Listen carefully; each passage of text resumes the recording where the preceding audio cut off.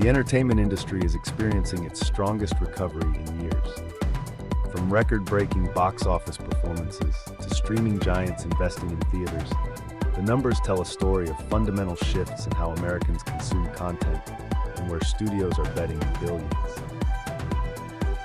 The domestic box office ran roughly 10% ahead of 2025 through late July, reaching approximately $5.7 billion, the strongest year-to-date performance in years. Christopher Nolan's The Odyssey set a personal record with an $87 million second weekend, while Pixar's Toy Story 5 reached approximately $585 million worldwide in just 2 weeks. Illumination and Nintendo's The Super Mario Galaxy movie posted the largest opening weekend of 2026 at roughly $131.7 million and crossed $1 billion globally. The Super Mario Galaxy movie and Lionsgate's Michael became billion-dollar titles, with Michael becoming the highest-grossing biographical film ever made. AMC Entertainment reported second-quarter domestic attendance of 52.2 million patrons, up 12% from a year earlier, while international attendance climbed about 18% to 18.7 million. Industry-wide, the domestic box office for the quarter came in near $2.99 billion, up 10% year-over-year, and the biggest quarter in 7 years. Family and animated titles are doing a disproportionate share of the work in what has become a year running about 10% ahead of last year's performance. Industry analysts tracking 2026 numbers have made a specific argument about why attendance is holding. A family of 4 at a movie theater is, by the standards of American out-of-home entertainment in 2026, a comparatively cheap evening. A concert ticket averages well above what a matinee costs before parking and concessions. A theme park day runs into the hundreds. A professional sporting event is priced beyond routine family attendance in most markets. Against that field, a 2-hour animated feature at a suburban multiplex holds up as a value proposition.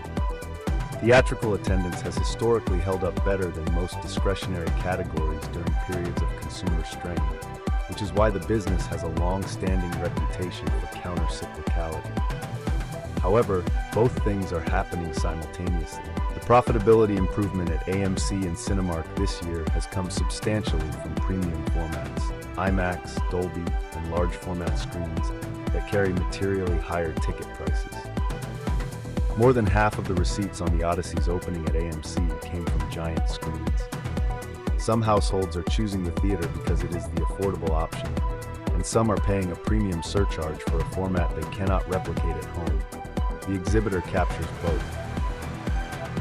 5 years ago, the strategic consensus in streaming was that the movie theater was a legacy cost center to be routed around. That consensus is gone. Amazon MGM Studios has committed to releasing 20 films in 2026, 10 of them theatrical rather than exclusive to Prime Video, backed by roughly $1 billion in production budget for the slate and a comparable $1 billion commitment to prints and advertising. 3 factors change the math.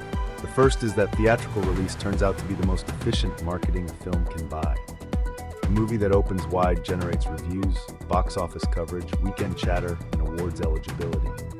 A film that appears in a menu tile generates none of that. The second is library value. Theatrical performance sets the price of a film in every downstream window: licensing, international, television, and eventual catalog value. A film with no box office has no external benchmark. The third is that the theatrical market stopped shrinking. Exhibitors and studios settled on a theatrical window near 45 days, which gives a release enough exclusivity to matter without stranding a film for months. Netflix, by contrast, has continued to treat theatrical exhibition as a limited awards qualification tool rather than a distribution strategy. The clearest read is simply this: the companies that were going to make the movie theater obsolete are currently buying screen time in it. AMC Entertainment reported second quarter revenue of about $1.6 billion, a 14.2% increase over the same quarter last year, and the highest quarterly revenue in the company's 106-year history. Adjusted EBITDA rose 69.6% to roughly $321.4 million. The chain posted adjusted earnings of 14 cents per share against a consensus forecast calling for a 6-cent loss. Shares jumped more than 16% before the opening bell. For a company that spent the post-pandemic years as a byword for financial distress, this represents a genuine turn. At the company's European Odeon chain, adjusted EBITDA rose several 100% against a recovery the company's own 2025 guidance had not anticipated. The more important shift is per-patron economics. When the Odyssey launched, AMC drew 4.3 million patrons in a weekend, and management said more than half of the ticket receipts came from giant screen formats. The chain is not simply selling more admissions, it is selling more expensive ones. However, AMC's GAAP net loss for the quarter was about $11.4 million. The adjusted EBITDA figure driving the stock reaction excludes interest expense, depreciation, and one-time charges, including tens of millions in debt-related costs. The balance sheet remains the constraint. Chief Executive Adam Aron has said that the recovery formula is not complicated. Exhibitors need studios to make more good movies. In July 2025, California more than doubled the annual cap on its film and television tax credit, from $330 million to $750 million. The first full fiscal year under the expanded program closed on June 30th, and the state has published what it bought. Across the year, Program 4.0 awarded credits to 170 projects representing roughly $6.6 billion in direct production spending inside California and about $4.3 billion in qualified expenditures, including wages. Since the expansion took effect, 147 film and television productions have been approved for incentives, a 53% increase over the comparable 10-month stretch a year earlier. In the first quarter of 2026, credit recipients accounted for 21.8% of all feature film shoot days nationally and 33.7% of shoot days in the television drama category. California expanded because it was losing production to other jurisdictions.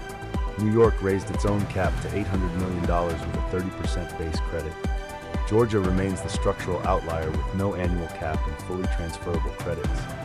Illinois raised its base credit to 35%. 39 states plus the District of Columbia and Puerto Rico now run active incentive programs. A federal change reshaped the math nationwide.